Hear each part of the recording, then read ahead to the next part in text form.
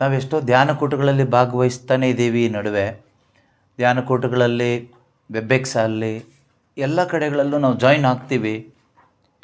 ವಾಕ್ಯಗಳನ್ನು ಆಲಿಸ್ತಾನೆ ಇದ್ದೀವಿ. ಎಷ್ಟೋ ವಾಕ್ಯಗಳು ನಮಗೆ ಸಿಗ್ತಾನೆ ಇದೆ, ದೇವರು ಕೊಡ್ತಾನೆ ಇದ್ದಾರೆ. ಆದರೆ ಆ ವಾಕ್ಯಕ್ಕೆ ನಾವು ನಿಜವಾಗಲೂ ಬೆಲೆ ಕೊಡ್ತಾ ಇದ್ದೀವೋ ಅನ್ನೋದು ಒಂದು ಪ್ರಶ್ನೆ.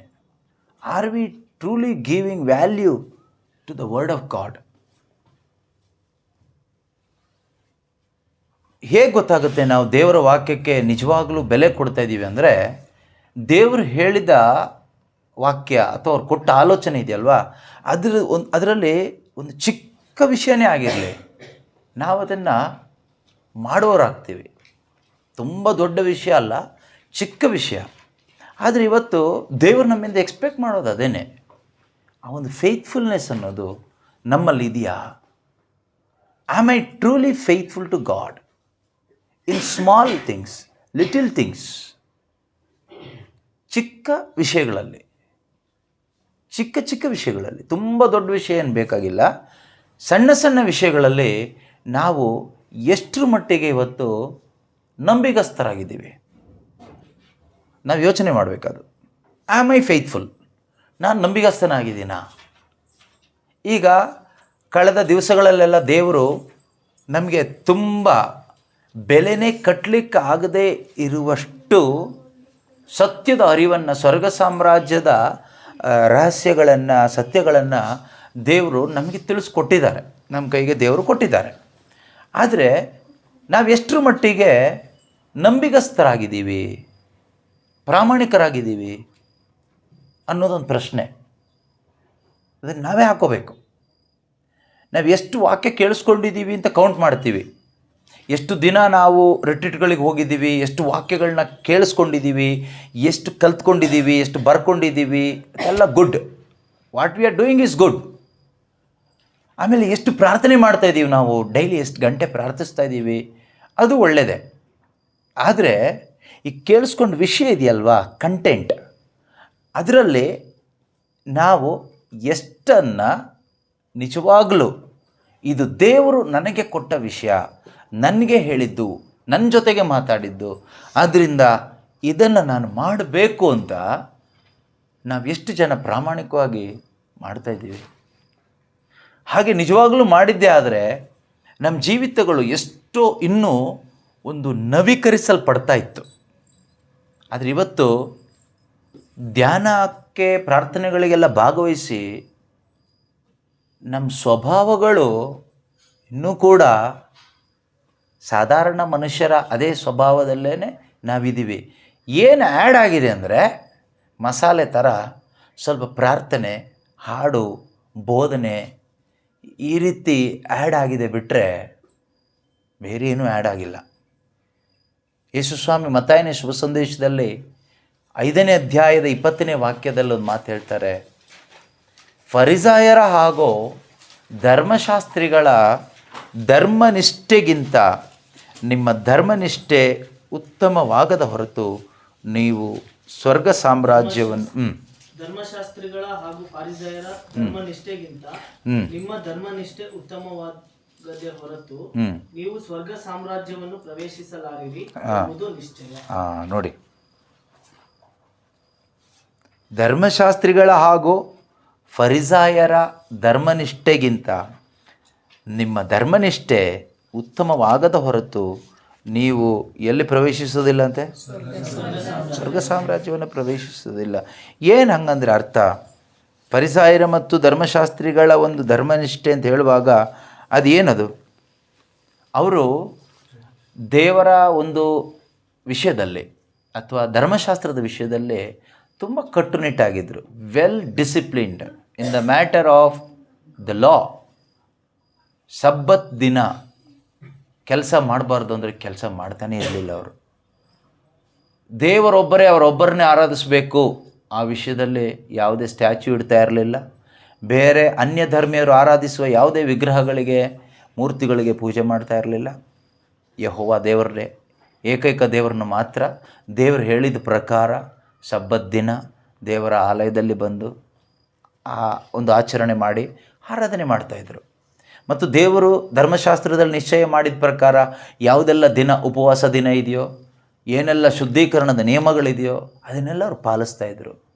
ದೇವರಿಗೆ ಎಷ್ಟು ಕಾಣಿಕೆ ಕೊಡಬೇಕು ದಶಾಂಶ ಅದನ್ನು ಕೊಡ್ತಾಯಿದ್ರು. ಆ ರೀತಿಯಲ್ಲಿ ದೇವರ್ ಪರ್ಫೆಕ್ಟ್ ಇನ್ ಲಾ. ಯಾರು ಹೇಳ್ತಾರೆ? ಪೌಲ ಕೂಡ ಹೇಳ್ತಾರೆ, ಧರ್ಮಶಾಸ್ತ್ರದ ಪಾಲಿಗೆ ನಾನು ನಿಷ್ಠಾವಂತ ಫರಿಸಾಯ. I am very much faithful to the law of Moses. ಆದರೆ ಯೇಸುಸ್ವಾಮಿ ಹೇಳ್ತಾರೆ, ಈ ಧರ್ಮಶಾಸ್ತ್ರಿಗಳ ಮತ್ತು ಫರಿಸಾಯರ ಈ ಧರ್ಮನಿಷ್ಠೆಗಿಂತ ನಿಮ್ಮ ಧರ್ಮನಿಷ್ಠೆ ಉತ್ತಮ ಆಗದೇ ಇದ್ದರೆ ನೀವು ಸ್ವರ್ಗ ಸಾಮ್ರಾಜ್ಯಕ್ಕೆ ಪ್ರವೇಶಿಸ್ಲಿಕ್ಕಾಗೋದಿಲ್ಲ ಅಂತ. ಇದು ಹೇಗಾಗುತ್ತೆ ಅವಾಗ? ಅವರಷ್ಟು ಪರ್ಫೆಕ್ಟಾಗಿ ಮಾಡ್ತಾ ಇದ್ದಾರೆ, ಅವ್ರಿಗಿಂತ ನಾವು ಬೆಟರ್ ಆಗಬೇಕಂತೆ. ಹಾಗಿದ್ದರೆ ಮಾತ್ರನೇ ಸ್ವರ್ಗ ರಾಜ್ಯಕ್ಕೆ ಪ್ರವೇಶ ಅಂತೆ.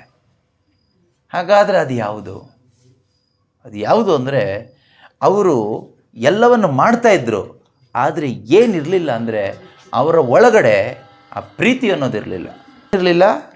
ಪ್ರೀತಿ ಇರಲಿಲ್ಲ. ಸೊ ಈ ಪ್ರೀತಿ ಅನ್ನೋದು ನಮ್ಮ ಜೀವನದಲ್ಲಿ ಇಲ್ಲದೆ ಇದ್ದಾಗ ಖಂಡಿತವಾಗಲು ಅಲ್ಲಿ ಅವರಿಗೆ ದೇವ್ರ ಮೇಲೆ ಪ್ರೀತಿನೂ ಇಲ್ಲ, ಮನುಷ್ಯರ ಮೇಲೂ ಪ್ರೀತಿ ಇಲ್ಲ. ದೇವ್ರ ಮೇಲೂ ಪ್ರೀತಿ ಇಲ್ಲ, ಮನುಷ್ಯರ ಮೇಲೂ ಪ್ರೀತಿ ಇಲ್ಲ. ಮತ್ತು ಯಾಕೆ ಅವರು ಅದನ್ನು ಅನುಸರಿಸ್ತಾ ಇದ್ರು? ಭಯದಿಂದ ಅನುಸರಿಸ್ತಾ ಇದ್ರು. ಏನೋ ಒಂದು punishment, fear of punishment. They were not motivated by love. They have no taste of love. They have not motivated by love. They are doing everything out of fear, out of obligation. ಮಾಡಲೇಬೇಕು ಎಂಬ ಒಂದು ನಿಯಮ ಇದೆ. ಇದು ಮಾಡದೇ ಇದ್ದರೆ ಅದೊಂದು ಅಪರಾಧ ಆಗುತ್ತೆ, ಆದ್ದರಿಂದ ನಾವಿದು ಮಾಡಬೇಕು. ಸೊ ಆ ರೀತಿಯಲ್ಲಿ ಅವರು ಮಾಡ್ತಾಯಿದ್ರು. ಅಲ್ಲಿ ಪ್ರೀತಿ ಅನ್ನೋದು ಇಲ್ಲ, ಒಂದು ನಿಜವಾದ ವಿಶ್ವಾಸ ಅನ್ನೋದು ಇಲ್ಲ. ಅದಕ್ಕೆ ಯೇಸು ಹೇಳಿದ್ದು, ನೀವು ಏನೇ ಮಾಡಿದ್ರೂ ಅದರಲ್ಲಿ ನಿಜವಾದ ಪ್ರೀತಿ ಇಲ್ಲದೇ ಇದ್ದರೆ, ನಿಜವಾದ ಒಂದು ವಿಶ್ವಾಸ ಇಲ್ಲದೇ ಇದ್ದರೆ, ನಿಜವಾದ ಒಂದು ಭರವಸೆ ಇಲ್ಲದೇ ಇದ್ದರೆ ಮಾಡೋದೆಲ್ಲ ವೇಸ್ಟ್ ಅಂತ. ಅದನ್ನೇ 1 ಕೊರಿಂಥ 13 ಹೇಳ್ತಾರೆ, ನಿಲ್ಲುವವು ನಂಬಿಕೆ, ನಿರೀಕ್ಷೆ, ಪ್ರೀತಿ. ಈ 3 ನೆಲೆಯಾಗಿ, ಈ 3 ಒಟ್ಟಿಗೆ ನಿಲ್ಲುತ್ತಂತೆ. ಫೇತ್, ಹೋಪ್ ಆ್ಯಂಡ್ ಚಾರಿಟಿ ಅಂತ ಇದೆ. Charity means love in action. God kind of love in godly action. That means charity. ಅಂದರೆ ನಾವೀಗ ಚಾರಿಟಿ ಅಂತ ಹೇಳುವಾಗ ಸ್ವಲ್ಪ ಡೊನೇಷನ್ ಕೊಡೋದು, ದಾನ ಧರ್ಮ ಮಾಡೋದು, ಹೆಚ್ಚು ಕಡಿಮೆ ಅದೇ ಅರ್ಥ ಬರುತ್ತೆ ಅದಕ್ಕೆ. ಅಂದರೆ ಲವ್ ಇನ್ ಆ್ಯಕ್ಷನ್ ಅಷ್ಟೇ. Love in godly action, that is charity. Faith, hope and charity. ಪ್ರೀತಿ. ಓದಿ ಆ ವಾಕ್ಯ. 1 ಕೊರಿಂಥ 13:8 ಅಲ್ವಾ? 13. ಓಕೆ. ನಿಲ್ಲುವು ನಂಬಿಕೆ, ನಿರೀಕ್ಷೆ, ಪ್ರೀತಿ ನೆಲೆಯಾಗಿ ಎಂಬುದ ನೀನರಿ ಅಲ್ವಾ? ಸೊ ನಂಬಿಕೆ, ನಿರೀಕ್ಷೆ, ಪ್ರೀತಿ. ಈಗ ಈ ನಂಬಿಕೆಗೂ ನಿರೀಕ್ಷೆಗೂ ಪವರ್ ಏನು ಹೇಳಿದ್ರೆ ಲವ್ವೇ. ಈ ಲವ್ ಅನ್ನೋದಿಲ್ಲದೆ ಇದ್ದರೆ ನಮ್ಮ ಹೋಪ್ ಏನಿದೆ? ಹೋಪು ಪ್ರಯೋಜನ ಇಲ್ಲ. ಫೇತ್ ಯಾಕೆ ಬೇಕು? If there is no love, why do we need faith? ವಿಶ್ವಾಸದ ಅಗತ್ಯನೂ ಇಲ್ಲ. ಸೊ ಈ ನಂಬಿಕೆ ಮತ್ತು ನಿರೀಕ್ಷೆಗೆ ಬಲನೇ ಪ್ರೀತಿ. ಬಟ್ ನಾವೀಗ ಆ ಪ್ರೀತಿನ ಆ ರೀತಿ ತಗೊಳ್ಳೋದು ಬೇಡ. ಬಟ್ ಇದು 3 ಒಟ್ಟಿಗೆ ತಗೊಳ್ಳೋಣ. ನಮಗೇನು ಬೇಕು ಅಂದರೆ ಹೋಪ್ ಬೇಕು, ಫೇತ್ ಬೇಕು, ಲವ್ ಬೇಕು. ಈ ಫರಿಸಾಯರ ಮತ್ತು ಧರ್ಮಶಾಸ್ತ್ರಿಗಳ ಧರ್ಮನಿಷ್ಠೆಯಲ್ಲಿ ಇದು 3 absent. No faith, no hope, no love, no charity. No hope, no faith, no charity. ಮತ್ತು ಏನಿತ್ತು? ಓನ್ಲಿ ಡೂಯಿಂಗ್ ಇತ್ತು. ಮಾಡ್ತಾಯಿದ್ರು ಎಲ್ಲ. They were following law out of fear. ಅವರು ನಿಯಮವನ್ನು ಪಾಲಿಸ್ತಾ ಇದ್ದರು ಭಯದಿಂದ. ಇವತ್ತು ನಾವು ಕೂಡ ಎಷ್ಟೋ ಬಾರಿ ಈ ಧ್ಯಾನಗಳಿಗೆ ಹೋಗಿ ಹೋಗಿ ಹೋಗಿ ಪ್ರಾರ್ಥನೆ ಕೂಟಗಳಿಗೆ ಹೋಗಿ ಹೋಗಿ ನಾವು ಒಂದು ರೀತಿ ಫರಿಸಾಯರ ಥರ ಆಗ್ಬಿಡ್ತೀವಿ. ಕೆಲವು ಟೈಮ್ ನಾವು ಈ ಕಟ್ಟುನಿಟ್ಟಾದ ನಿಷ್ಠಾವಂತ ಫರಿಸಾಯರ ಥರ ಆಗ್ಬಿಡ್ತೀವಿ. ಇದು ಮಾಡಲೇಬೇಕು, ಈ ಪ್ರಾರ್ಥನೆ ಹೀಗೆ ಮಾಡಬೇಕು, ಇಷ್ಟು ಗಂಟೆ ಪ್ರಾರ್ಥನೆ ಮಾಡಲೇಬೇಕು, ಅಥವಾ ಯಾಕೆ ಎಲ್ಲ ಇಲ್ಲ, ಮಾಡಬೇಕಷ್ಟೆ. ಬೈಬಲ್ ಓದಿದ್ದೀರ ಇವತ್ತು, ಓದಲೇಬೇಕು. ಪರ್ಸ್ನಲ್ ಪ್ರೇಯರ್ ಮಾಡಲೇಬೇಕು, ಚರ್ಚಿಗೆ ಹೋಗಲೇಬೇಕು. ಸೊ ಈ ಒಂದು ಫರಿಸಾಯರ ಮೆಂಟ್ಯಾಲಿಟಿಗೆ ನಾವು ಹೋಗ್ಬಿಟ್ರೆ ಇಟ್ಸ್ ವೆರಿ ಡೇಂಜರಸ್. ಹೇಗೆ ಗೊತ್ತಾಗುತ್ತೆ ನಾವು ಫರಿಸಾಯರ ಮೆಂಟ್ಯಾಲಿಟಿಗೆ ಹೋಗ್ತಾ ಇದ್ದೀವಿ ಅಂತ? How to test whether I am going to a Pharisee mentality or not? ಹೇಗೆ ಗೊತ್ತಾಗ್ಬೋದು ಚಿನ್ನಮ್ಮ? ಹೇಗೆ ಗೊತ್ತಾಗುತ್ತೆ? ಹಾಂ, ಮೆಕ್ಯಾನಿಸಮ್ ಓಕೆ ಓಕೆ,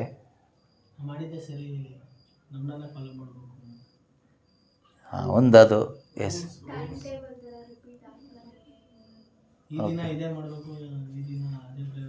ಓಕೆ. ಅದೇ ನಾವೀಗ ಫಾರಸಿ ಮೆಂಟಾಲಿಟಿ ಬಂದಿದ್ದೀವಿ ಅಂತ ನಮಗೆ ಗೊತ್ತಾಗೋದು ಹೇಗೆ ಅಂದರೆ, ಸಿಮ್ಟಮ್ಸ್ ಹೇಳ್ತದೆ. We start comparing our selves with others. ನಮ್ಮನ್ನೇ ನಾವು ಬೇರೆಯವ್ರ ಜೊತೆಗೆ ಕಂಪೇರ್ ಮಾಡಿಕೊಂಡು, that means we are superior than that person. ಅವ್ರಿಗಿಂತ ನಾವು ಸುಪೀರಿಯರ್ ಇದ್ದೀವಿ ಅನ್ನೋ ಒಂದು ಆಲೋಚನೆ ನಮ್ಮ ಮೈಂಡಿಗೆ ಬಂದುಬಿಡುತ್ತೆ. ಆ ಕಂಪ್ಯಾರಿಸನ್ ಮೆಂಟಾಲಿಟಿ ನಮಗೆ ಬಂದುಬಿಡುತ್ತೆ. ಈ ಫರಿಸಾಯರಲ್ಲಿ, ಧರ್ಮಶಾಸ್ತ್ರಿಗಳಲ್ಲಿ ಇದ್ದಿದ್ದು ಈ ಒಂದು ಕಂಪ್ಯಾರಿಸನ್ ಮೆಂಟಾಲಿಟಿನೇ. ಯೇಸುನ ಅವ್ರ ಜೊತೆ ಕಂಪೇರ್ ಮಾಡ್ತಾಯಿದ್ರು. ನಾವು ಇದನ್ನೆಲ್ಲ ಮಾಡ್ತಾಯಿದ್ದೀವಿ, ಇವನು ಇದನ್ನೆಲ್ಲ ಮಾಡ್ತಾ ಇಲ್ಲ. ನಾವು ಈ ರೀತಿ ಧರ್ಮಶಾಸ್ತ್ರ ಅನುಸರಿಸ್ತಾ ಇದ್ದೀವಿ, ಇವನು ಈ ರೀತಿ ಧರ್ಮಶಾಸ್ತ್ರ ಅನುಸರಿಸ್ತಾ ಇಲ್ಲ. ನಮ್ಮ ಪೂರ್ವಜರ ಸಂಪ್ರದಾಯಗಳನ್ನ ನಾವು ಈ ರೀತಿ ಫಾಲೋ ಮಾಡ್ತಾಯಿದ್ದೀವಿ, ಇವನು ಪೂರ್ವಜರ ಸಂಪ್ರದಾಯನ ಫಾಲೋ ಮಾಡ್ತಾ ಇಲ್ಲ, ಅದಕ್ಕೆ ವಿರುದ್ಧವಾಗಿ ಹೋಗ್ತಾ ಇದ್ದಾನೆ. So we start comparing our selves with others in our spiritual life. ಅದರಿಂದ ಏನಾಗುತ್ತೆ, ನಾವು ಒಂದು ರೀತಿ ಫರಿಸಾಯರ ಥರ ಆಗ್ತೀವಿ ಬಿಟ್ಟರೆ ಯೇಸುವಿನ ಶಿಷ್ಯರಾಗೋದಿಲ್ಲ. It's very dangerous. ಸಾಧ್ಯತೆಗಳಿದೆ ಆ ರೀತಿ ಆಗೋದು. ಈಗ ಅಲ್ಲಿ ನಮಗೆ ಹೋಪ್ ಬೇಕಾಗಿಲ್ಲ, ಫೇತು ಇಲ್ಲ, ಲವ್ ಬೇಕಾಗಿಲ್ಲ. No need of faith, no need of hope, no need of love. ಈ ಫರಿಸಾಯರಲ್ಲಿ ಇದು 3 ಆಬ್ಸೆಂಟ್ ಆಗಿತ್ತು. ಬಟ್ ಎಲ್ಲ ಪರ್ಫೆಕ್ಟಾಗಿ ಮಾಡ್ತಾನೆ ಇದ್ದರು. ಹಾಗೆ ಮಾಡ್ಕೊಂಡೋಗಿ ಏನಾದರೂ ಪ್ರಯೋಜನ ಇದೆಯಾ ಕೇಳಿದರೆ ಪ್ರಯೋಜನ ಇಲ್ಲ. ನಮ್ಮ ಜೀವನದಲ್ಲಿ ಯಾವುದೇ ರೂಪಾಂತರ ಆಗೋದಿಲ್ಲ, ಒಂದು ಟ್ರಾನ್ಸ್ಫರ್ಮೇಷನ್ ಅನ್ನೋದು ಆಗೋದಿಲ್ಲ. ಈಗ ನಾವೆಷ್ಟೋ ಧ್ಯಾನಗಳಲ್ಲಿ ಭಾಗವಹಿಸ್ತಾ ಇದ್ದೀವಿ. Question, how much you are transformed? ಎಷ್ಟು ಒಂದು ಟ್ರಾನ್ಸ್ಫರ್ಮೇಷನ್ ನಮ್ಮಲ್ಲಾಗಿದೆ? ಕಳೆದ ಈಗ 9-10 ಕೊಯ್ನೋನಿಯ ರಿಟ್ರೀಟ್ ಆಗಿದೆ ಅಲ್ವಾ? ಮೊದಲನೇ ಕೊಯ್ನೋನಿಯಕ್ಕೂ ಈ 10ನೇ ಕೊಯ್ನೋನಿಯಕ್ಕೂ ನನ್ನಲ್ಲಿ ಟ್ರಾನ್ಸ್ಫರ್ಮೇಷನ್ ಎಷ್ಟಾಗಿದೆ? ಎಷ್ಟರ ಮಟ್ಟಿಗೆ ನನ್ನಲ್ಲಿ ಒಂದು ರೂಪಾಂತರದ ಅನುಭವ ಉಂಟಾಗಿದೆ? Into the image of Christ, ಕ್ರಿಸ್ತ ಯೇಸುವಿನ ಅನುರೂಪಿ ಆಗಬೇಕು. ಅದಕ್ಕೆ ನನ್ನಲ್ಲಿ ಎಷ್ಟು ಒಂದು ರೂಪಾಂತರ ಉಂಟಾಗಿದೆ ಇನ್ my character, in my nature. ಮತ್ತೆ ಹೇಳ್ತೀನಿ, ಎಷ್ಟು ಪ್ರಾರ್ಥನೆ ಜಾಸ್ತಿ ಮಾಡ್ತಾಯಿದ್ದೀವಿ ಅಲ್ಲ, ಎಷ್ಟು ಬೈಬಲ್ ಜಾಸ್ತಿ ಕಲ್ತಿದ್ದೀವಿ ಅಲ್ಲ, ಎಷ್ಟು ಪ್ರಬೋಧನೆ ಚೆನ್ನಾಗಿ ಮಾಡ್ತಾಯಿದ್ದೀವಿ ಅದು ಯಾವುದೂ ಅಲ್ಲ. ನಾನು ಹೇಳ್ತಿದ್ದು ಈ ಒಂದು ಸ್ಪಿರಿಚುವಲ್ ಥಿಂಗ್ಸ್ ಬಗ್ಗೆ ಅಲ್ಲ. Nature, character, behaviour of god, Jesus Christ, ಅದು ನಮ್ಮಲ್ಲಿ ಎಷ್ಟು ಡೆವಲಪ್ ಆಗಿದೆ, ದಟ್ ಈಸ್ ಇಂಪಾರ್ಟೆಂಟ್. ಕೆಲವರು ಹೇಳ್ತಾರಲ್ವ, ನಾವೊಂದು ಕೊಯ್ನೋನಿಯನ್ನು ಮಿಸ್ ಮಾಡಿಲ್ಲ, 10ಕ್ಕೆ 10 ಅಟೆಂಡ್ ಆಗಿದ್ದೀವಿ. So what? ಆಗಿದ್ದೀವಿ, ಕರೆಕ್ಟ್, ಒಳ್ಳೆಯದೇ, ಒಳ್ಳೆಯ ಕಾರ್ಯ. ಆದರೆ ಅದರಿಂದ ನಿನ್ನ ಸ್ವಭಾವದಲ್ಲಿ ಒಂದು ರೂಪಾಂತರ ಉಂಟಾಗಿದೆಯಾ? ನಿನ್ನ ನಡವಳಿಕೆಯಲ್ಲಿ ಒಂದು ರೂಪಾಂತರ ಉಂಟಾಗಿದೆಯಾ? ಯಾವ ರೂಪಾಂತರ ನಮ್ಮಲ್ಲಾಗಿದೆ? In which area I am transformed? ಆ ಟ್ರಾನ್ಸ್ಫಾರ್ಮೇಷನ್ ನನ್ನಲ್ಲಿ ಆಗ್ತಾ ಇದೆಯಾ ನಿಜವಾಗ್ಲೂ? ಅದು ಆಗದೇ ಇದ್ದರೆ ಖಂಡಿತವಾಗ್ಲೂ ಪ್ರೀತಿಯ ಸಹೋದರ ಸಹೋದರಿಯರೇ, ನಾವು ಎಷ್ಟು ರಿಟ್ರೀಟ್ ಅಟೆಂಡ್ ಮಾಡಿದ್ರೂ ಕೂಡ ಏನು ಪ್ರಯೋಜನ ಇಲ್ಲ. ಅಲ್ಲೇ ಈ ಫೇತ್ಫುಲ್ನೆಸ್ ಅನ್ನೋದು ಬರೋದು, ಪ್ರಾಮಾಣಿಕತೆ, ಪ್ರಾಮಾಣಿಕತೆ. ಚಿಕ್ಕ ಚಿಕ್ಕ ವಿಷಯದಲ್ಲಿ ಯೇಸುಸ್ವಾಮಿ ಹೇಳ್ತಾರಲ್ವ, ಚಿಕ್ಕ ಚಿಕ್ಕ ವಿಷಯಗಳಲ್ಲಿ ನೀವು ಪ್ರಾಮಾಣಿಕರಾಗದೇ ಇದ್ದರೆ ನೀವು ದೊಡ್ಡ ವಿಷಯದಲ್ಲಿ ಪ್ರಾಮಾಣಿಕರಾಗಲಿಕ್ಕೆ ಆಗೋದಿಲ್ಲ. If you are not faithful in little things, small things, you cannot be faithful in bigger things. ಚಿಕ್ಕ ವಿಷಯದಲ್ಲಿ ನಾವು ಪ್ರಾಮಾಣಿಕರಾಗದೇ ಇದ್ದರೆ ಖಂಡಿತವಾಗಲೂ ನಾವು ದೊಡ್ಡ ದೊಡ್ಡ ವಿಷಯದಲ್ಲಿ ಪ್ರಾಮಾಣಿಕರಾಗಲಿಕ್ಕೆ ಆಗೋದಿಲ್ಲ. ಅದರಿಂದ ನಾವು ಇದು ಮೈಂಡಲ್ಲಿ ಇಟ್ಕೋಬೇಕು. ನಾನು ದಿನದಿಂದ ದಿನಕ್ಕೆ ಕೇಳಿಸ್ಕೊಳ್ಳಿ, ನಾನು ದಿನದಿಂದ ದಿನಕ್ಕೆ ಧ್ಯಾನಕೂಟ ಅಟೆಂಡ್ ಮಾಡಿ ಪ್ರೇಯರ್ ಅಟೆಂಡ್ ಮಾಡಿ ಫರಿಸಾಯನಾಗ್ತಾ ಇದ್ದೀನಾ, ಯೇಸು ಥರ ಆಗ್ತಾ ಇದ್ದೀನಾ? Important question. Every day we need to ask this question after attending every prayer meeting. Okay, ಅದು ಯಾವುದೇ ರಿಟ್ರೀಟ್ ಇರ್ಬೋದು, ಏನೇ ರಿಟ್ರೀಟ್, ಆಫ್ಟರ್ ದ ರಿಟ್ರೀಟ್ ಒಂದು ಸೆಲ್ಫ್ ಇವ್ಯಾಲ್ಯೂಯೇಷನ್ ಮಾಡ್ಕೋಬೇಕು. ಏನು ಇವ್ಯಾಲ್ಯೂಯೇಷನ್ ಮಾಡ್ಕೋಬೇಕು ಅಂದರೆ, ನಾನು ಫರಿಸಾಯನ ಒಂದು ಮೆಂಟ್ಯಾಲಿಟಿಗೆ ಬರ್ತಾ ಇದ್ದೀನ, ಕ್ರಿಸ್ತ ಯೇಸುವಿನ ಮನೋಭಾವನೆಗೆ ಬರ್ತಾ ಇದ್ದೀನ.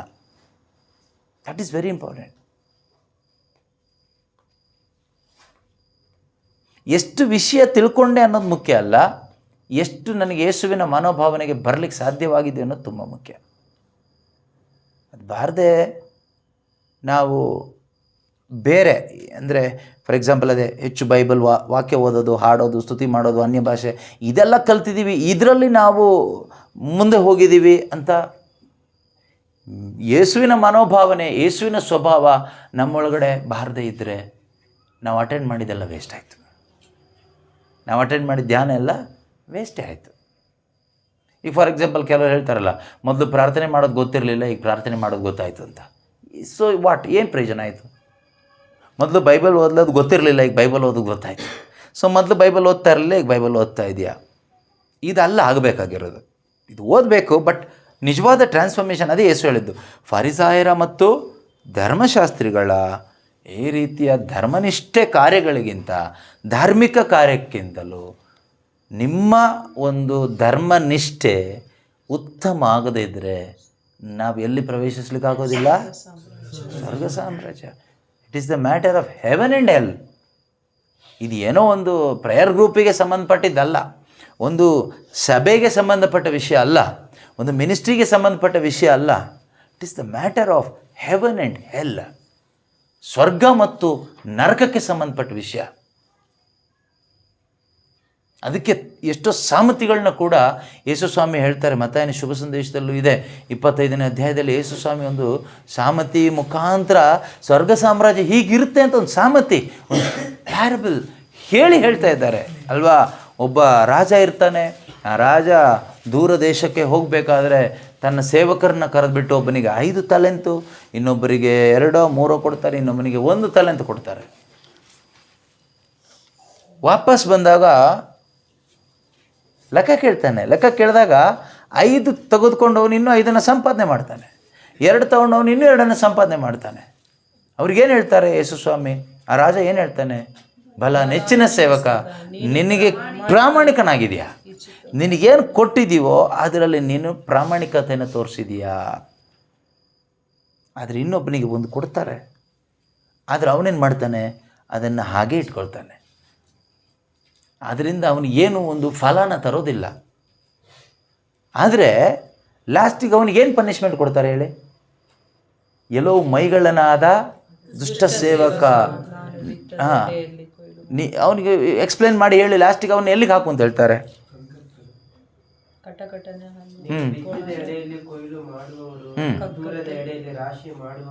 ಅದು ಬಿಡಿ. ಆಮೇಲೆ ಅರಸ ಏನು ಹೇಳ್ತಾನೆ ಲಾಸ್ಟಿಗೆ? ಇವನನ್ನು ಎಲ್ಲಿಗೆ ದಬ್ಬಿರಿ? ಅವನೇನು ಪಾಪ ಮಾಡ್ದ? ಹಾಂ, ನಾವೇ ಚರ್ಚಿಗೆ ಬಂದಿಲ್ಲ ಅಂತಾನ? ಅಲ್ಲ. ಅವ್ನು ಬೈಬಲ್ ಓದಿಲ್ಲ ಅಂತಾನ? ಅಲ್ಲ. ಅವನು ಅನ್ಯ ಭಾಷೆ ಮಾತಾಡಿಲ್ವಾ? ಮಾತಾಡ್ದ. ಹಾಗೇನು ಇಟ್ಕೊಳ್ಳಿ. He was perfect according to the law. ಆದರೆ ದೇವರು ಅವನಿಗೆ ಕೊಟ್ಟ ಒಂದು ಟ್ಯಾಲೆಂಟನ್ನು ಅವನು ಪ್ರಾಮಾಣಿಕತೆಯಿಂದ ಉಪಯೋಗಿಸಲಿಲ್ಲ.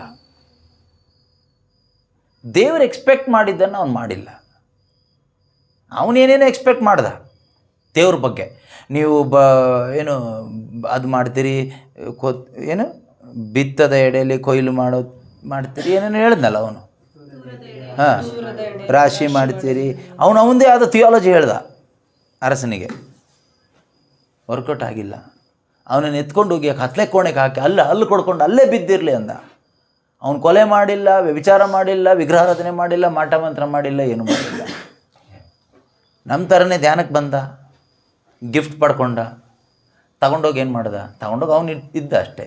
ಅವನು ಡೈಲಿ ಬೈಬಲ್ ಓದ್ಕೊಂಡು ಹಾಡು ಹೇಳ್ಕೊಂಡು ಅವ್ನು ಪಾಡಿಗೆ ಅವನಿದ್ದ. ಸೊ ದೇವರು ಎಕ್ಸ್ಪೆಕ್ಟ್ ಮಾಡಿದ ಒಂದು ಫ್ರೂಟ್ ಅವನ ಜೀವಿತದಿಂದ ಅವನು ತಗೊಂಡು ಬಂದಿಲ್ಲ. Today what god is expecting from us is the fruit. Fruit ಅಂದರೆ ದೇವ್ರು ಏನು ಎಕ್ಸ್ಪೆಕ್ಟ್ ಮಾಡ್ತಾರೋ ಆ ಫ್ರೂಟ್. ನಾವು ಬಯಸೋ ಫ್ರೂಟ್ ಅಲ್ಲ, ದೇವ್ರು ಎಕ್ಸ್ಪೆಕ್ಟ್ ಮಾಡ್ತಾರೆ ಒಂದು ಫ್ರೂಟ್ನ. ನನ್ನ ಲೈಫ್ ಒಂದು ಫ್ರೂಟ್ಫುಲ್ ಆಗಬೇಕು, ಅದು ದೇವ್ರು ಎಕ್ಸ್ಪೆಕ್ಟ್ ಮಾಡ್ತಾರೆ. Otherwise I am an unfaithful servant, unfaithful Christian, unfaithful believer. ವಿಶ್ವಾಸಿ ಆದರೆ ಅಪ್ರಾಮಾಣಿಕ ವಿಶ್ವಾಸಿ, ಅಪ್ರಾಮಾಣಿಕ ಕ್ರೈಸ್ತ, ಅಪ್ರಾಮಾಣಿಕ ವ್ಯಕ್ತಿ. ಯಾವಾಗ ನಾನು ನಿಜವಾಗ್ಲೂ ಪ್ರಾಮಾಣಿಕನಾಗ್ತೇನೆ ಗೊತ್ತಾ? ದೇವರು ನನಗೆ ಏನು, ಈಗ ಉದಾಹರಣೆ, ಒಂದು ಧ್ಯಾನಕೂಟದಲ್ಲಿ ನಮಗೆ ದೇವರು ಒಂದು ಚಿಕ್ಕ ಏನೋ ಒಂದು ಅರಿವು ಕೊಟ್ಟಿರ್ತಾರೆ ಯಾವುದೋ ಒಂದು ವಿಷಯದಲ್ಲಿ, ನಾವು ಅದನ್ನು ಮನೆಗೆ ಬಂದು ಮಾಡೋದಿದೆಯಲ್ವಾ, ಅದೇ ಪ್ರಾಮಾಣಿಕತೆ. ನಾವು ಕಾಯ್ತಾ ಇರ್ತೀವಿ ದೆವ್ವ ಓಡಿಸೋದಕ್ಕೆ. ದೆವ್ವನೇ ಸಿಕ್ಕಿಲ್ಲ ಅಂದರೆ ಏನಪ್ಪ ಓಡಿಸ್ತೀಯ? ಒಂದು ಇಡೀ ಧ್ಯಾನದಲ್ಲಿ 3 ದಿನ ಧ್ಯಾನನೋ, 1 ದಿನ ಧ್ಯಾನನೋ, ಆ ಧ್ಯಾನದಲ್ಲಿ ಸಿಕ್ಕಿರೋ ವಿಷಯ ಬರೀ ದೆವ್ವ ಓಡಿಸೋದು ಒಂದೇನಾ? ಅಲ್ಲ, ಬೇರೆ ಎಷ್ಟೋ ಚಿಕ್ಕ ಚಿಕ್ಕ ವಿಷಯಗಳು ನೋಡಿ. ಅದಕ್ಕೇನೆ ದೇವರು ಅವನಿಗೆ ಒಂದೇ ಟ್ಯಾಲೆಂಟ್ ಕೊಟ್ಟಿದ್ದು. ದೇವರು ಅವನಿಗೆ ಕೊಟ್ಟಿದ್ದೊಂದು ಸ್ಮಾಲ್ ಥಿಂಗ್. ಅವನಿಂದ ದೊಡ್ಡದು ದೇವರು ಎಕ್ಸ್ಪೆಕ್ಟ್ ಮಾಡಲೂ ಇಲ್ಲ. 5 ತಗೊಂಡವನು 5 ತಗೊಂಡು ಬಂದ, 2 ಪಡ್ಕೊಂಡವನು ಇನ್ನು 2 ತಗೊಂಡು ಬಂದಿದ್ದು. ಅವನು 5 ತಗೊಂಡು ಬಂದಿಲ್ಲ. 5 ತಗೊಂಡು ಬಂದವನು 10 ತಗೊಂಡು ಬಂದಲ್ಲ ವಾಪಸ್, ಇನ್ನೂ 5. ಸೊ ಆ ಥರ ದೇವರು ಇವನಿಂದ ಎಕ್ಸ್ಪೆಕ್ಟ್ ಮಾಡಿಲ್ಲ. ಇವನಿಗೆ 2 ಸಿಕ್ತು, ಅವನು 2 ವಾಪಸ್ ತೊಗೊಂಡ್ಬಂದ, ಅಂದರೆ 4 ತಗೊಂಡು ಬಂದ. 2 × 2. ಈ 1 ಪಡ್ಕೊಂಡವನು 1 ತಂದಿದ್ರೆ ಸಾಕಿತ್ತು. ಏನು ಮೆಜರಲ್ಲಿ ನಮಗೆ ದೇವ್ರು ಕೊಟ್ಟಿದ್ದಾರೋ ಅದೇ ಮೆಜರ್ಮೆಂಟಲ್ಲಿ ತಂದರೆ ಸಾಕಿತ್ತು. ಆದರೆ ನಾವು 5 ತಗೊಂಡವನ್ನ ನೋಡಿಕೊಂಡು ಅವನು 5ಕ್ಕೆ ಇನ್ನೂ 5 ಸೇರಿಸಿ 10 ತಂದ. ನಮ್ಮ ಟಾರ್ಗೆಟ್ 10 ಆಗಿರುತ್ತೆ. ಕೈಯಲ್ಲಿ 1 ಇರುತ್ತಿಲ್ಲಿ, ನಮ್ಮ ಟಾರ್ಗೆಟ್ ಎಷ್ಟು? 10 ಆಗಬೇಕು, 10 ಆಗಬೇಕು. ಹೀಗೆ ನೀನು ಇನ್ನೊಬ್ರಿಗೆ ಕಂಪೇರ್ ಮಾಡಿಕೊಂಡು ಅಲ್ಲಿಗೆ ಹೋಗ್ತಾ ಹೋದರೆ ಈ 1 ಅಲ್ಲೇ ಇರುತ್ತೆ, ಏನೂ ಆಗಲ್ಲ. ಆದರೆ ದೇವರು ಇವತ್ತು ನಮ್ಮಿಂದ ಬಯಸ್ತಾ ಇರೋದಿಷ್ಟೇ, ನಾವೆಲ್ಲರೂ ಚಿಕ್ಕ ವಿಷಯದಲ್ಲಿ ಪ್ರಾಮಾಣಿಕರಾಗಿರಬೇಕು. ನಮಗದೇನು ಏನು ದೊಡ್ಡ ಸಾಧನೆ ಮಾಡಿದ ಥರ ಅನಿಸೋದಿಲ್ಲ. ಯಾಕೆಂದರೆ ನಮ್ಮ ಸಾಧನೆ ಟಾರ್ಗೆಟ್ ಏನು ಅಂದರೆ 5 ತಗೊಂಡವನು ಇನ್ನೂ 5 ಮಾಡ್ದ, ಅಂದರೆ 10 ಮಾಡ್ದ. ನಾವು ಕೈಯಲ್ಲಿ 1 ಹಿಡ್ಕೊಂಡು 10 ಟಾರ್ಗೆಟ್ ಇಟ್ಕೊಂಡು ಥಿಂಕ್ ಮಾಡ್ತೀವಿ, ಬದುಕ್ತೀವಿ. ನಾವು 1 ಕೂಡ ಏನು ಪ್ರೊಡ್ಯೂಸ್ ಮಾಡೋಕ್ಕಾಗಲ್ಲ. ಸೊ 1 ಸಿಕ್ಕಿದ್ದನ್ನು ಆ 1ರಿಂದ ಏನು ಮಾಡ್ಬೋದು ಅದು ನಾವು ಥಿಂಕ್ ಮಾಡಬೇಕು. ಈಗ ನಾವು ಕ್ವಶನ್ ಹಾಕ್ಕೊಳ್ಳೋಣ, ಆಮ್ ಐ ಫೇತ್ಫುಲ್? ನಾನು ನಂಬಿಗಸ್ತನ ಆಗಿದ್ದೀನ? ಇನ್ನೂ ನನ್ನ ಸ್ವಭಾವದಲ್ಲಿ ಆ ಗೊಣಗುಟ್ಟೋದು, ಕೋಪ ಮಾಡ್ಕೊಳ್ಳೋದು, ಬೇಜಾರು ಮಾಡ್ಕೊಳ್ಳೋದು, ಚಾಡಿ ಹೇಳೋದು, ಕಂಪೇರ್ ಮಾಡೋದು, ಸೋಂಬೇರಿತನವಾಗಿ ಬದುಕೋದು, ಬೇರೆಯವ್ರನ್ನ ಕೀಳಾಗಿ ನೋಡೋದು, ಅಂಡರ್ ಎಸ್ಟಿಮೇಟ್ ಮಾಡೋದು, ನನ್ನನ್ನೇ ನಾನು ಕೀಳಾಗಿ ನೋಡ್ಕೊಳ್ಳೋದು, feeling guilty about myself, condemning others.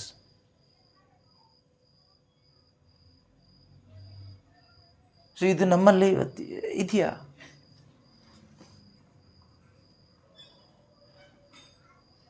ನಮ್ಮ ನಾಲಿಗೆಯನ್ನು ನಾವಿವತ್ತು ಯಾವ ರೀತಿ ಯೂಸ್ ಮಾಡ್ತಾಯಿದ್ದೀವಿ, ಯಾವುದೆಲ್ಲ ಕಾರ್ಯಕ್ಕೋಸ್ಕರ ಯೂಸ್ ಮಾಡ್ತಾಯಿದ್ದೀವಿ ಯೋಚನೆ ಮಾಡಿ ನೋಡಿ. ಬರೀ ನಮ್ಮ ಬಾಯಿಂದನೇ ಎಷ್ಟೋ ವಾಕ್ಯಗಳು ಕೇಳಿಸ್ಕೊಳ್ತೀವಿ. ಆದರೂ ಕೂಡ ದೇವರ ವಾಕ್ಯ ಹೇಳುತ್ತೆ, ಜ್ಞಾನೋಕ್ತಿ 18:21 ಲೈಫ್ ಆ್ಯಂಡ್ ಡೆತ್ ಅಲ್ವಾ? ಓದಿ ನೋಡೋಣ. ನಾಲಿಗೆಯಲ್ಲಿ ಏನು ಇಟ್ಟಿದ್ದಾರೆ ದೇವರು? ಜೀವ ಮತ್ತು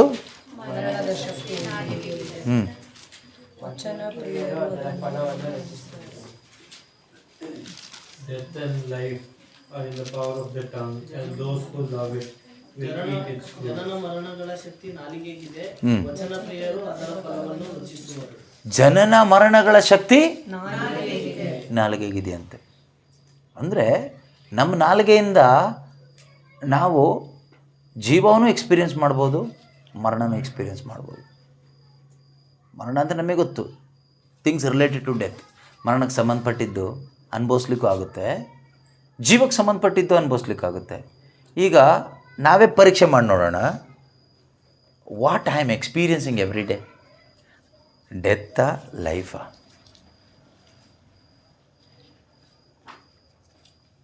ಹಾಗಾದರೆ ಯಾವ ಕಾರಣಕ್ಕೋಸ್ಕರ ನಾವು ಅನುಭವಿಸ್ತಾ ಇದ್ದೀವಿ? ನಮ್ಮ ನಾಲಿಗೆ ಕ್ಲೀನಾಗಿಲ್ಲ. You are not keeping our tongue clean. Small thing, ಒಂದು ಚಿಕ್ಕ ವಿಷಯ ನೋಡಿ. ನಾವು ಬಾಯಲ್ಲಿ ಎಷ್ಟು ಸ್ತುತಿ ಮಾಡ್ತಿದ್ದೀವಿ ಅನ್ನೋದು ಮುಖ್ಯ ಅಲ್ಲ, ಎಷ್ಟು ಬೋಧನೆ ಮಾಡ್ತೀವಿ, ವಾಕ್ಯ ಹೇಳ್ತೀವಿ, ಪ್ರಾರ್ಥಿಸ್ತೀವಿ ಅನ್ನೋದು ಮುಖ್ಯ ಅಲ್ಲ, ಎಷ್ಟು ಅನ್ಯ ಭಾಷೆ ಹೇಳ್ತೀವಿ ಅನ್ನೋದು ಮುಖ್ಯ ಅಲ್ಲ. ನಮ್ಮ ಸ್ವಂತ ಭಾಷೆಯಲ್ಲಿ ಮಾತಾಡುವಾಗ ನಾವು ಈ ನಾಲಿಗೆಯಲ್ಲಿ ಏನೆಲ್ಲ ಮಾತಾಡ್ತಾಯಿದ್ದೀವಿ.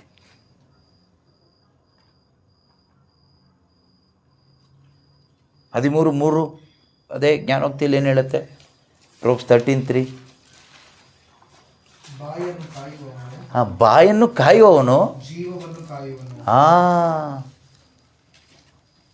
ಎಷ್ಟೋ ಜನ ಕಾಯಿಲೆ ಬಂದಿರೋದೇ ಬಾಯಿಂದ. ಬಾಯನ್ನು ಕಾಯುವವನು ಜೀವವನ್ನು ಕಾಯುವನು. ತುಟಿ ಅಂದರೆ ಮಾತು, ಹತೋಟಿಯಲ್ಲಿ ಇಡದವನು this is the word of God. ನಾವು ಎಷ್ಟು ಗಂಟೆ ಪ್ರಾರ್ಥನೆ ಮಾಡಿದ್ದೀವಿ ಅನ್ನೋದು ಮುಖ್ಯ ಅಲ್ಲ, ನೆನ್ಪಿಟ್ಕೊಳ್ಳಿ.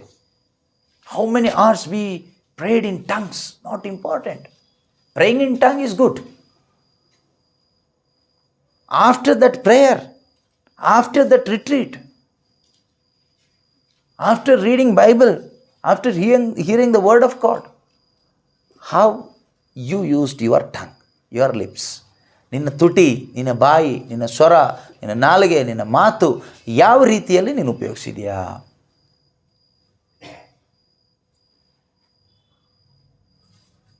ನನ್ನ ಸರಿ ಓದಿ, ಚೆನ್ನಾಗಿದೆ ತುಂಬ ಅದು ವಾಕ್ಯ. ಬಾಯನ್ನು ಕಾಯುವವನು ಜೀವವನ್ನು ಕಾಯುವನು. ನೋಡಿ, ಅದೇ ಜನನದ ಶಕ್ತಿ ಮತ್ತು ಮರಣದ ಶಕ್ತಿ ನಮ್ಮ ನಾಲಿಗೆಯಲ್ಲೇ ದೇವರಿಟ್ಟಿದ್ದಾರೆ. ನಾವು ಅಂದ್ಕೊಂಡಿದ್ದೀವಿ ಪ್ರಾರ್ಥನೆಯಲ್ಲಿ ಇಟ್ಟಿದ್ದಾರೆ, ಬೈಬಲಲ್ಲಿ ಇಟ್ಟಿದ್ದಾರೆ ಅಂತ. ಇದು ಬೈಬಲಲ್ಲೇ ಇಟ್ಟಿರೋದು. ಬಟ್ ಇದನ್ನು ನಾವು ಈ ಒಂದು ತಲೆಂತೆ, ಈಗ ಇದು ಒಂದು ತಲೆಂತ್ ನಮಗೆ ಸಿಕ್ಕಿರೋದು ಇವತ್ತು. ಇಟ್ಕೊಳ್ಳಿ, ಒಂದೇ ತಲೆಂತು. ಇದನ್ನ ಇಟ್ಕೊಂಡು ನಾವು ಕೆಲಸ ಮಾಡಬೇಕು, ಇದರಲ್ಲಿ ಪ್ರಾಮಾಣಿಕರಾಗಿ ತೋರಿಸ್ಬೇಕೀಗ. ಅಯ್ಯೋ, ನಮಗೆ ಅವ್ರಿಗೆ ಸಿಕ್ಕಿದ್ದ ಅನಾಯಿಂಟಿಂಗ್ ಸಿಕ್ಕಿಲ್ಲಲ್ಲ, ಅವ್ರಿಗೆ ಸಿಕ್ಕಿದ್ದ ಗಿಫ್ಟಲ್ಲ ನಮಗೆ ಸಿಕ್ಕಿಲ್ಲಲ್ಲ ಅಂತ ನೋಡ್ತಾ ಇದ್ದರೆ, ನಿನಗೆ ಈಗ ಸಿಕ್ಕಿದೆಯಲ್ಲ ಇದು, ಈ ತಲೆಂತ ಏನು ಮಾಡ್ತೀಯ? What you are going to do with this word today? How much value you are giving to this word today? ಈ ವಾಕ್ಯಕ್ಕೆ ಎಷ್ಟು ವ್ಯಾಲ್ಯೂ ಕೊಡ್ತಾ ಇದ್ದೀವಿ? ಇದು ಮೇ ಬಿ ಒಂದು ತಲೆಂತ ಇರ್ಬೋದು, ಚಿಕ್ಕದೊಂದಿರ್ಬೋದು. ಆ ವ್ಯಾಲ್ಯೂ ಕೊಡಬೇಕಾದ್ರೆ ನಾನು ಹೇಳಿದ್ನಲ್ಲ, ನಮ್ಮ ಮೈಂಡಲ್ಲಿ 3 ಇರಬೇಕು. We must have hope. ನಮಗೆ ನಿರೀಕ್ಷೆ ಇರಬೇಕು. ಏನಂತ ನಿರೀಕ್ಷೆ? ಯೇಸು ಬರ್ತಾರೆ, ಯೇಸು ಬೇಗ ಬರ್ತಾರೆ, ಯಜಮಾನ ಬರ್ತಾನೆ, ಲೆಕ್ಕ ಕೇಳ್ತಾನೆ. ಅರಸ ಮರಳಿ ಬರ್ತಾನೆ, ಮರಳಿ ಬಂದು ಲೆಕ್ಕ ಕೇಳ್ತಾನೆ. ಸೊ ಈ ಇಬ್ಬರಿಗೆ ಆ ನಿರೀಕ್ಷೆ ಇತ್ತು. 5 ತಲೆಂತು ಪಡ್ಕೊಂಡವನಿಗೂ 2 ತಲೆಂತು ಪಡ್ಕೊಂಡವನಿಗೂ ಈ ನಿರೀಕ್ಷೆ ಇತ್ತು. ಏನಂತ? ಅರಸ ಮರಳಿ ಬರ್ತಾನೆ, ಲೆಕ್ಕ ಕೇಳ್ತಾನೆ. 5ರಿಂದ 5 ಸಂಪಾದನೆ ಮಾಡಬೇಕು, 2ರಿಂದ ಇನ್ನೂ ಸಂಪಾದನೆ ಮಾಡಬೇಕು ಅಂತ. ಈ ಒಂದು ಇಟ್ಕೊಂಡು ಅವನಿಗೆ ಏನಿರಲಿಲ್ಲ, ನಿರೀಕ್ಷೆನೇ ಇರಲಿಲ್ಲ. ಅವನು ಡೈಲಿ ಚರ್ಚಿಗೆ ಬರ್ತಾಯಿದ್ದ, ಹೋಗ್ತಾಯಿದ್ದ, ಬೈಬಲ್ ಓದ್ತಾ ಇದ್ದ, ಹೋಗ್ತಾ ಇದ್ದ, ಎಲ್ಲಿ ಧ್ಯಾನ ಇದ್ರೂ ಓಡ್ತಾ ಇದ್ದ ನಮ್ಮ ಥರ. ಆದರೆ ಈ ಎವ್ರಿ ಡೇ ಲೈಫ್ ಅನುದಿನದ ಜೀವನಕ್ಕೆ ಬಂದಾಗ ಇಲ್ಲ, ಬಾಯಿ ನಾಲಿಗೆ ಕಂಟ್ರೋಲೇ ಇಲ್ಲ. ಸಿಕ್ಕಿದ್ದೆಲ್ಲ ಮಾತಾಡ್ತೀವಿ, ಸಿಕ್ಕಿದ್ದೆಲ್ಲ ತಿಂತೀವಿ, ಏನು ಬರುತ್ತೋ ಅದು ಹೊಡಿತಾನೆ ಇರೋದು ಬಾಯಲ್ಲಿ. ತುಟಿ ಕಂಟ್ರೋಲ್ ಇಲ್ಲ, ಬಾಯಿ ಕಂಟ್ರೋಲ್ ಇಲ್ಲ. ಯಾಕೊಬ್ಬರು ಈ ಬಾಯಿ ಬಗ್ಗೆ, ಈ ನಾಲಿಗೆ ಬಗ್ಗೆ ಹೇಳ್ತಾರೆ, ನಮ್ಮ ನಾಲಿಗೆ ಅಂತಕ್ಕಂಥದ್ದು ಒಂದು ಮೃತ್ಯುಕಾರಕ ವಿಷ ಕೊಂಡಿ ಅಂತೆ. ಮೃತ್ಯುಕಾರಕ ಮೃತ್ಯುಕಾರಕ ವಿಷ ಕೊಂಡಿ ಅಂತ ಹೇಳೋದು ಈ ಚೇಳು ಹೀಗೆ ಕಚ್ಚಿದರೆ, ಚೇಳು ಕುಕ್ಕಿದರೆ ಅದರಲ್ಲಿ ಪಾಯ್ಸನ್ ಇರುತ್ತಲ್ವಾ, ಆ ರೀತಿಯಂತೆ ಮನುಷ್ಯನ ಒಂದು ನಾಲಿಗೆ ಅಷ್ಟು ಪಾಯ್ಸನಸ್ ಅಂತ ಹೇಳ್ತಾರೆ. ಸೆಂಟ್ ಜೇಮ್ಸ್ ಚಾಪ್ಟರ್ 3 ನಾಲಿಗೆ ಬಗ್ಗೆ ತುಂಬ ಇದೆ ಅಲ್ವಾ. ಇನ್ನು ಮತ್ತೆ ಹೇಳ್ತಾರೆ, ನಾಲಿಗೆ ಒಂದು ರೀತಿ ಎಷ್ಟು ಕೆಲಸ ಮಾಡುತ್ತೆ ಅಂದರೆ, ಒಂದು ಕಾಳ್ಗಿಚ್ಚಿನ ಥರ. ಒಂದು ಸ್ಪಾರ್ಕ್ ಬೆಂಕಿ ಬಿದ್ದರೆ ಸಾಕು, ಒಂದು ಚಿಕ್ಕ ಕಿಡಿ ಬೆಂಕಿ ಸಾಕು, ಇಡೀ ಕಾಡನ್ನೇ ಸುಟ್ಟುಬಿಡುತ್ತೆ. ಹಾಗೆ ಮನುಷ್ಯನ ನಾಲಿಗೆ ಅಷ್ಟು ಪವರ್ ಇದೆ ಅಂತ.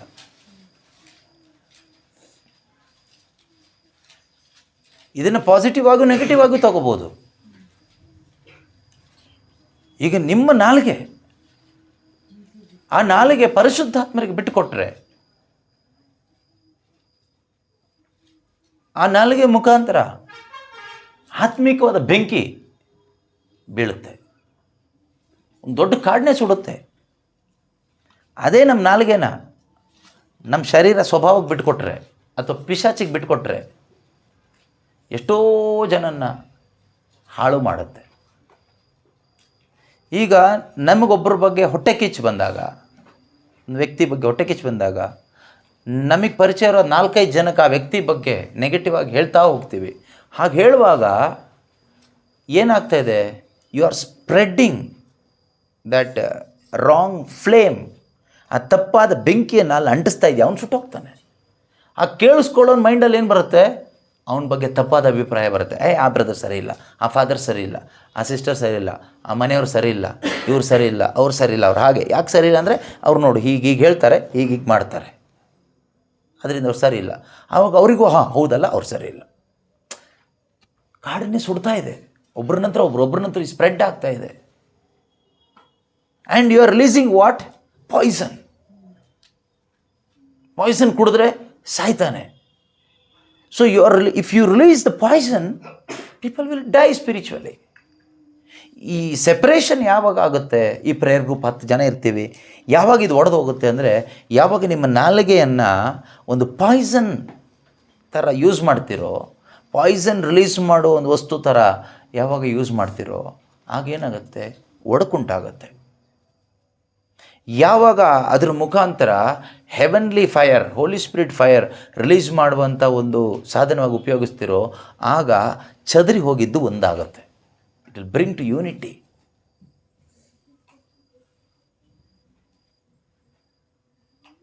ನಾವೆಷ್ಟು ಗಂಟೆ ಅನ್ಯ ಭಾಷೆಯಲ್ಲಿ ಮಾತಾಡಿದ್ದೀವಿ ನಾಲ್ಗೆಯಿಂದ ಅಂತ ಅಲ್ಲ, ಅದರ ನಂತರ ನಾವೇನು ಮಾತಾಡ್ತೀವಲ್ಲ, that is very important.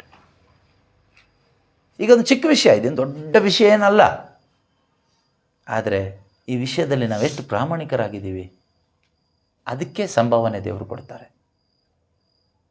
Hope ಬೇಕು ನಮಗೆ.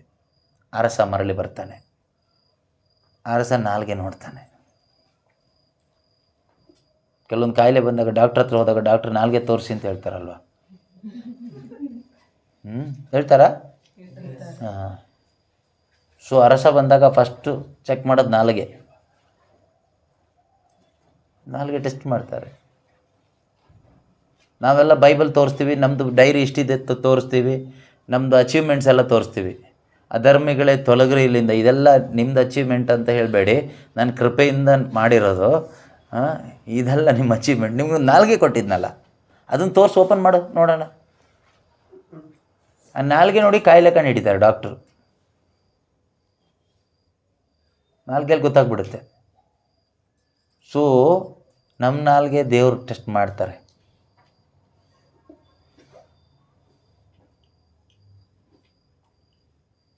It is easy, very easy to sing praises to God. ದೇವರಿಗೆ ಸ್ತುತಿ ಮಾಡೋದು, ಹಾಡೋದು, ಬೋಧನೆ ಮಾಡೋದು ತುಂಬ ಸುಲಭ, ತುಂಬ ಈಸಿ. ಅದರಲ್ಲೇನು ಕಷ್ಟ ಏನಿಲ್ಲ. ಸ್ವಲ್ಪ ಪ್ರಾಕ್ಟೀಸ್ ಮಾಡಿಕೊಂಡ್ರೆ ಈಸಿಯಾಗಿ ನ್ಯಾಚುರಲಾಗಿ ಬಂದ್ಬಿಡುತ್ತದು. ಆದರೆ ನಮ್ಮ ನಾಲಿಗೆಯನ್ನು ಒಂದು ಜೀವದ ಬುಗ್ಗೆಯಾಗಿ ಉಪಯೋಗಿಸೋದು ನ್ಯಾಚುರಲಾಗಿ ಬರಲ್ಲ. You need to work out on it. ಅದಕ್ಕೆ ಅವನನ್ನು ಅರಸ ಕರೆದಿರೋದು, ಎಲ್ಲೋ ಮೈಗಳನಾದ ದುಷ್ಟ ಸೇವಕ, ಎ ಲೇಝಿ ಸರ್ವೆಂಟ್. ನೀನು ಈ ಏರಿಯಾದಲ್ಲಿ ವರ್ಕೌಟ್ ಮಾಡಿಲ್ಲ. ಕರಿಸ್ಮ್ಯಾಟಿಕಲ್ಲಿರುವ ನಮಗಾಗುವ ಒಂದು ದುರಂತ ಅದೇನೆ, ನಾವು ವರ್ಕೌಟ್ ಮಾಡೋದು ಪೂರ್ತಿ ನಾಳೆ ಹೇಗೆ ಒಳ್ಳೆ ರೀತಿ ಪ್ರಬೋಧನೆ ಮಾಡ್ಬೋದು, ಒಳ್ಳೆ ವಿಷಯ ನಾಳೆ ವೆರೈಟಿ ವಿಷಯ ಹೇಗೆ ಪ್ರೆಸೆಂಟ್ ಮಾಡ್ಬೋದು, ಹೊಸ ಟಾಪಿಕ್ ಹೇಗೆ ಹೇಳ್ಬೋದು. ಓಕೆ, ಕಳೆದ ವಾರ ಹೇಳಿದ್ಕಿಂತ ವಿಭಿನ್ನವಾದ ರೀತಿಯಲ್ಲಿ ಈ ವಾರದಲ್ಲಿ ಹೇಗೆ ಹೊಸ ಟಾಪಿಕ್ಸ್ನ ಪ್ರಿಪೇರ್ ಮಾಡಿ ಹೇಳ್ಬೋದು. ನಾವು ಥಿಂಕ್ ಮಾಡೋದು ಆ ಥರ. ಅದು ಒಳ್ಳೆಯದೇ, ಬೇಕು. ಆದರೆ at the same time more than that we need to focus on our transformation. ಕಳೆದ ವಾರಕ್ಕಿಂತ ಈ ವಾರ ನನ್ನಲ್ಲಿ ಟ್ರಾನ್ಸ್ಫರ್ಮೇಷನ್ ಎಷ್ಟು ಹೆಚ್ಚಾಗಿದೆ ಅದನ್ನು ಥಿಂಕ್ ಮಾಡಬೇಕು. ಹೇಳಿದ್ನೆಲ್ಲ, ಇದಕ್ಕೆಲ್ಲ ನಮಗೆ ಫೇತ್, ಹೋಪ್, ಲವ್, ಇದು ಮೂರು ಬೇಕು. ಹೋಪ್ ಇಲ್ಲದೇ ಇದ್ದರೆ ಹೋಯ್ತು. ಇನ್ನು ಹೋಪ್ ಇಲ್ಲದೇ ಇದ್ದರೆ ಫೇತಿಂದ ಏನು ಪ್ರಯೋಜನ ಇಲ್ಲ. What is faith? Faith is the assurance of things hoped for. If you have no hope, there is no assurance. ಅಲ್ಲಿ ಫೇತ್ ಬೇಕಾಗಿಲ್ಲ ಅವಾಗ. It's connected. ಇನ್ನು ಫೇತು ಇದೆ, ಹೋಪು ಇದೆ. ಇದರಲ್ಲಿ ಮೂವ್ ಆಗಲಿಕ್ಕೆ ಪವರ್ ಏನು? Love. If there is no love, you cannot go forward towards that hope. So that's why it is said these three things go together, and the force of these things is love. ಇದು ಮೂರು ಒಟ್ಟಿಗೆ ಇರುತ್ತೆ. ಈ ಮೂರು ಒಟ್ಟಿಗೆ ಇದನ್ನು move ಮಾಡೋದೇ ಪ್ರೀತಿ. ಹಾಗಾದರೆ ನಮ್ಮಲ್ಲಿ ಪ್ರೀತಿ ಯಾಕೆ ಪ್ರೊಡ್ಯೂಸ್ ಆಗ್ತಾ ಇಲ್ಲ? ಕಾರಣ ಇಷ್ಟೇ, ಸಿಂಪಲ್. ಪ್ರೀತಿ ಯಾಕೆ ಪ್ರೊಡ್ಯೂಸ್ ಆಗ್ತದೆ? ಪ್ರೀತಿ ಅಂದರೆ ದೇವರ ಪ್ರೀತಿ, God's love. Why God's love is not produced in me? Because we are not faithful in small things. That means we are not obeying God's commandments. Commandments ಅಂತ ಹೇಳುವಾಗ ನಮಗೆ 10 commandments ಮಾತ್ರ ಮೈಂಡಿಗೆ ಬರುತ್ತೆ. ಅದನ್ನು ಸೈಡಿಗೆ ಇಡಿ, ಅದಲ್ಲ, ಅದು ಮಾತ್ರ ಅಲ್ಲ. ಸ್ಮಾಲ್ ಥಿಂಗ್ಸ್, ಚಿಕ್ಕ ವಿಷಯ. ದೇವರು ಇವತ್ತು ನನಗೆ ಕೊಟ್ಟ ಬೋಧನೆಯಲ್ಲಿ ಸಿಕ್ಕಿದ ಚಿಕ್ಕ ವಿಷಯ. ಅಥವಾ ಒಂದು ಬಲಿಪೂಜೆಯಲ್ಲಿ ನಾವು ಹೋಗಿ ಕೂತ್ಕೊಳ್ಳುವಾಗ ಆ ಸರ್ಮನ್ 10 ನಿಮಿಷ ಸರ್ಮನ್ನಲ್ಲಿ ದೇವರು ಏನೋ ಒಂದು ಚಿಕ್ಕ ವಿಷಯ ಕೊಟ್ಟರು, ಆ ಚಿಕ್ಕ ವಿಷಯ. ಅಥವಾ 3 ದಿನ ರಿಟ್ರೀಟಲ್ಲಿ ಸಿಕ್ಕಿದ ಒಂದು ಚಿಕ್ಕ ವಿಷಯ. ನಮಗೆ ದೇವರು 5 ತಲೆಂತ ಕೊಡ್ತಾ ಇದ್ದಾರೆ. 5, 10, 15, 20 ಎಲ್ಲ ಕೊಡ್ತಾ ಇದ್ದಾರೆ. ಒಂದಂತೂ ಯಾರಿಗೂ ಕೊಟ್ಟಿಲ್ಲ ಅಂದ್ಕೊಳ್ತೀನಿ. ಆದರೆ ನಾವು ಇಷ್ಟು ಒಂದು ಪಡ್ಕೊಂಡವನನ್ನೇ ದೇವರು ಬಿಟ್ಟಿಲ್ಲ. ಮೈಗಳನ್ನಾದ ದುಷ್ಟ ಸೇವಕ, ನೀನು ಇಲ್ಲಿರೋಕ್ಕೆ ಅಯೋಗ್ಯ, ನೀನು ಹೋಗಿ ಬೆಂಕಿ ಬೀಳು ಅಂತ ಹಾಕಿದ್ರ ಆ ಕಡೆ. ಇನ್ನು 5, 10, 15 ಎಲ್ಲ ತಗೊಂಡು ನಾವಿನ್ನೂ ಕಳೆದ ಸರಿಗಿಂತ ಈ ಸರಿ ನಾನು ಒಳ್ಳೆ ಪ್ರಸಂಗ ರೆಡಿ ಮಾಡಿದ್ದೀನಿ, ಹಾಡು ರೆಡಿ ಮಾಡಿದ್ದೀನಿ ಅಂತ ಬಂದರೆ ದೇವರು ನಮ್ಮನ್ನೇನು ಹೇಳ್ಬೋದು? ನಿನ್ನನ್ನು ಒಳ್ಳೆ ಬೋಧನೆ ರೆಡಿ ಮಾಡಲಿಕ್ಕೆ ನಾನು ಕರೆದಿದ್ದು ಅಂತ ಕೇಳ್ತಾರೆ ನನಗೆ.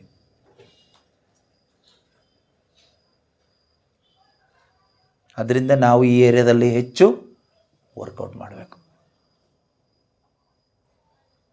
ಓಕೆ, ಇದು ನಿಂತ್ಕೊಳ್ಳೋಣ. ನಮ್ಮನ್ನು ಕರೆದಂಥ ದೇವರಿಗೆ, ನಮ್ಮ ವಿಶ್ವಾಸದ ನಾಯಕ, ನಮ್ಮ ನಿರೀಕ್ಷೆಯ ನಾಯಕ, ನಮ್ಮ ಪ್ರೀತಿಯ ನಾಯಕನಾದ ಪ್ರಭು ಯೇಸುವಿಗೆ ನಮ್ಮ ಹೃದಯವನ್ನು ಸರೆಂಡರ್ ಮಾಡಿಕೊಳ್ಳೋಣ. ಆರಾಧನೆ ಅಂದರೆ ನಮಗೆ ಗೊತ್ತು, ಕೇಳಿಸ್ಕೊಂಡಿದ್ದೀವಿ. Worship is not just singing. Worship means ನನ್ನನ್ನು ಪೂರ್ತಿಯಾಗಿ, ನನ್ನಲ್ಲಿರುವ ನನ್ನನ್ನು, ಸೆಲ್ಫನ್ನ ಸರೆಂಡರ್ ಮಾಡೋದು. ನಾನಿಲ್ಲದೆ ಆಗೋದು. I must decrease, he must increase.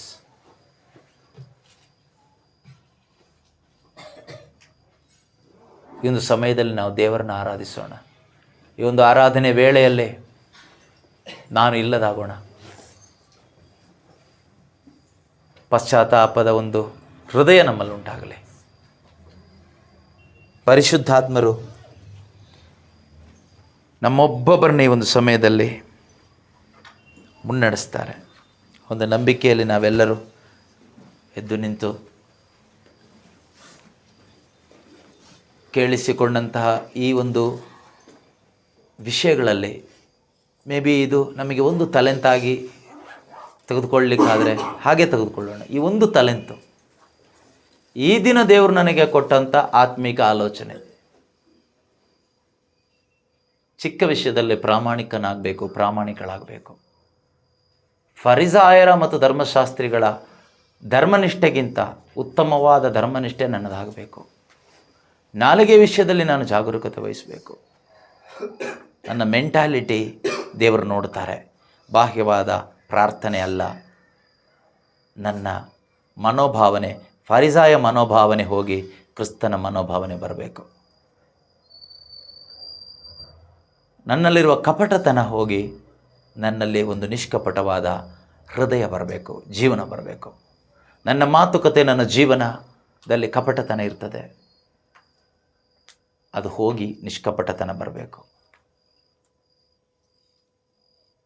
ಪರಿಶುದ್ಧಾತ್ಮನ ಆಳ್ವಿಕೆಗೆ ಬಿಟ್ಟುಕೊಟ್ಟು ಆಳ್ವಿಕೆ ಮಾಡಿ ಪರಿಶುದ್ಧಾತ್ಮರೇ ಎಂದು ಹೇಳುತ್ತಾ, ಪರಿಶುದ್ಧಾತ್ಮನ ಆಳ್ವಿಕೆಗೆ ನಮ್ಮ ಆತ್ಮ, ಪ್ರಾಣ, ದೇಹ ಎಲ್ಲವನ್ನು ನಿಜವಾಗಲೂ ಸಮರ್ಪಣೆ ಮಾಡಿಕೊಟ್ಟು ದೇವರನ್ನು ನಾವು ಪ್ರೀತಿಯಿಂದ ಪರಿಶುದ್ಧಾತ್ಮನ ಆಳ್ವಿಕೆಗೆ ನಮ್ಮನ್ನು ಬಿಟ್ಟುಕೊಟ್ಟು ನಾವು ಆರಾಧನೆ ಮಾಡೋಣ. Thank you Lord, thank you Jesus, hallelujah. ಯೇಸುವೇ ಸ್ತೋತ್ರ ಸ್ತೋತ್ರ ಸ್ತೋತ್ರ ಸ್ತೋತ್ರ ಸ್ತೋತ್ರ ಯೇಸುವೇ, ಹಾಲೆಲೂಯಾ ಹಾಲೆಲೂಯಾ ಹಾಲೆಲೂಯಾ ಹಾಲೆಲೂಯಾ. ಯೇಸುವೇ ಸ್ತೋತ್ರ ಸ್ತೋತ್ರ ಸ್ತೋತ್ರ ಸ್ತೋತ್ರ ಯೇಸುವೇ, ಆರಾಧನೆ ಯೇಸುವೇ.